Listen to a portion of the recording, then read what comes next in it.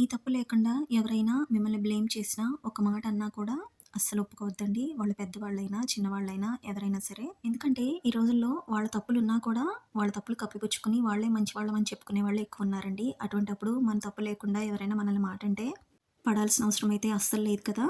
మనకన్నా పెద్దవాళ్ళే పోనీలే అని కూడా పడాల్సిన అవసరం లేదండి. ఎందుకంటే ఎప్పుడైతే ఒకళ్ళ వల్ల మన మనసు గాయపడుతుందో దాని ఎఫెక్టు మన శరీర అవయవాల మీద పడుతుందండి.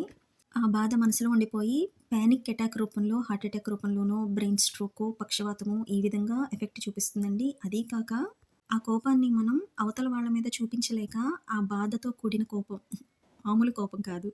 మనకన్నా తక్కువ స్థాయిలో ఉన్న వాళ్ళ మీద చూపిస్తామండి. ఏమీ చేయలేని వాళ్ళ మీద. ఇది నిజంగా నిజం. కావాలంటే 'యండమూరి వీరేంద్రనాథ్' గారి వీడియోస్ ఒకసారి వినండి కోపం గురించి. ఆయన చెప్తారు. సో, మన మనసు ప్రశాంతంగా ఉండాలంటే ఎప్పటిదప్పుడు ఎవరిదాళ్ళకి ఇచ్చేయాలండి. లేకపోతే మీ మనసుకు కలిగే బాధని ఎవరు తీసుకోరండి. అది మీరే భరించాలి. నా ఈ మంచి మాట మీకు నచ్చిందని అనుకుంటున్నాను.